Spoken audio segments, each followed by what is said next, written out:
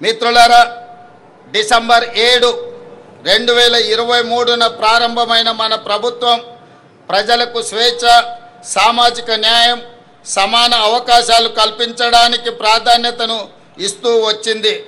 రకరకాల అడ్డంకులు అధిగమిస్తూ 30 నెలల్లోనే ప్రజల ఆశలు, ఆశయాలను నెరవేర్చడంలో విజయవంతంగా ముందుకు సాగుతున్నాం. సాగు భూమి, వ్యవసాయం, రైతు ఈ 3 తెలంగాణ ఊపిరి.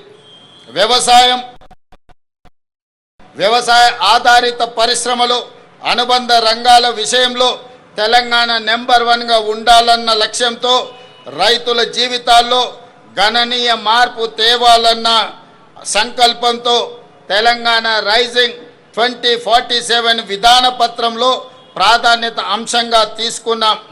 ఈ విజన్ డాక్యుమెంట్ కేవలం కాగితాలపై ఉండే అక్షరాలు కాదు. ఆదిలాబాద్ నుండి అలంపూర్ వరకు, ఖమ్మం నుండి కొడంగల్ వరకు హరిత తెలంగాణను ఆవిష్కరించే ఆలోచన. ఈ లక్ష్య సాధనలో తెలంగాణలోని ప్రతి రైతు కూలీలే సారథులు. దీనికోసం ఈ విజన్ డాక్యుమెంట్లో రూరల్ అగ్రికల్చర్ రీజియన్ ఎకానమీ రేర్గా అభివర్ణించి అభివృద్ధి చేసేందుకు రూపొందించిన పత్రం ఇది. రైతులు కేవలం పంటలు పండించడమే కాదు, వ్యవసాయ ఆధారిత పారిశ్రామికవేత్తలుగా తీర్చిదిద్దే దిశగా ఈ ప్రణాళిక ఉంటుంది. అగ్రికల్చరల్ ఎకోసిస్టమ్ అభివృద్ధి చేసి రైతులను శ్రీమంతులుగా చెయ్యాలన్నదే మా ప్రభుత్వం యొక్క సంకల్పం. 2025-26 అంచనాల ప్రకారం మన ఆహార ధాన్యాల ఉత్పత్తి రికార్డు స్థాయిలో ఉంది. 2,36,00,000 మెట్రిక్ టన్నులుగా నమోదైంది. ప్రజాప్రభుత్వం అందిస్తున్న ప్రోత్సాహకంలో వరి, మొక్కజొన్న, పత్తి పంటల విస్తీర్ణం గణనీయంగా పెరిగింది. పశు సంపద, మత్స్య రంగాలు గణనీయమైన అభివృద్ధిని సాధించాయి. రైతులు విభిన్న పంటల ఉత్పత్తితో తెలంగాణను సకల పంటల క్షేత్రంగా తీర్చిదిద్దాల్సిన అవసరం ఉన్నది. తెలంగాణ భూమి నైసర్గిక స్వరూపం అన్ని రకాల పంటలు పండించడానికి అనుకూలమైన క్షేత్రం. ఈ వేదిక మీద నుండి తెలంగాణ రైతాంగానికి నేను విజ్ఞప్తి చేస్తున్నా, కొన్ని పంటలకే పరిమితం కాకుండా అన్ని రకాల పంటలను, కూరగాయలను, పండ్లను పండించడం ద్వారా తెలంగాణ రాష్ట్ర కీర్తి ప్రతిష్టల్ని ప్రపంచానికే చాటి చెప్పే అవకాశం ఉంది. ఆ దిశగా రైతులను ఆలోచన చేయవలసిందిగా నేను మనవి చేస్తున్నాను. ఈ రైతుల కార్యసాధకులు కావాలంటే అప్పు లేని పరిస్థితి ఉండాలి. అందుకే రైతుల నెత్తిపై ఉన్న అప్పుల భారాన్ని తగ్గించే ఉద్దేశంతో ఒకేసారి 2 లక్షల వరకు పంట రుణాల మాఫీ చేశాం. 20,616 కోట్ల రూపాయలు రైతు ఖాతాలో వేసి 25 లక్షల పైగా రైతు కుటుంబాలను రుణ విముక్తులను చేశాం. వ్యవసాయానికి ఉచిత విద్యుత్తును కొనసాగిస్తూనే విద్యుత్తు పంపు సెట్లకు సౌరశక్తితో నడిచే పంపు సెట్లను ఏర్పాటు చేస్తున్నాం. తద్వారా అదనంగా ఉత్పత్తి అయ్యే విద్యుత్తును గ్రిడ్కు అందించి రైతులకు అదనపు ఆదాయం వచ్చేలా ప్రయత్నం చేస్తున్నాం.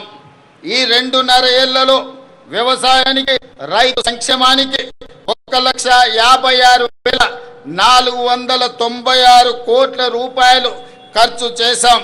రైతు భరోసా పెట్టుబడి సాయం ఇప్పటికే 27,529 కోట్ల రూపాయలు నేరుగా రైతుల ఖాతాలలో వేశాం. మిత్రులారా, రైతులు దళారుల బారిన పడి మోసపోకూడదని రైతులు పండించిన పంటలు ప్రభుత్వమే కనీస మద్దతు ధర చెల్లించి కొనుగోలు చేస్తుంది. ఎంత భారమైనా సరే చివరి గింజ వరకు పంట ఉత్పత్తులను కొనడానికి రాష్ట్ర ప్రభుత్వం ప్రయత్నం చేస్తుంది. మేము అధికారం చేపట్టిన తర్వాత ఇప్పటి వరకు 2.5 ఏళ్లలో ధాన్యం కొనుగోళ్లకు 82,840 కోట్ల రూపాయలను ఇప్పటి వరకు రైతాంగానికి చెల్లించిన ఈ యాసంగి సీజన్లో రాష్ట్రమంతటా 8,575 కొనుగోలు కేంద్రాల ద్వారా చురుగ్గా ధాన్య సేకరణ జరుగుతుంది. ఇప్పటి వరకు 63,65,000 మెట్రిక్ టన్నుల ధాన్యాన్ని కొనుగోలు చేయడం జరిగింది. సుమారుగా 11,903 కోట్ల రూపాయలను రైతుల ఖాతాలో జమ చేశాం. అకాల వర్షాల వల్ల ధాన్యం తడిసిపోయినా ప్రతి రైతుకు నష్టం జరగకుండా దాదాపు 10,000 మెట్రిక్ టన్నుల తడిసిన ధాన్యాన్ని ప్రభుత్వం కొనుగోలు చేసింది. ధాన్యం కొనుగోలులో దేశంలో ఏ రాష్ట్రం కూడా మనతో పోటీ పడే పరిస్థితి లేదు. దేశంలో యాస చెప్పడానికి నేను గర్వపడుతున్నాను.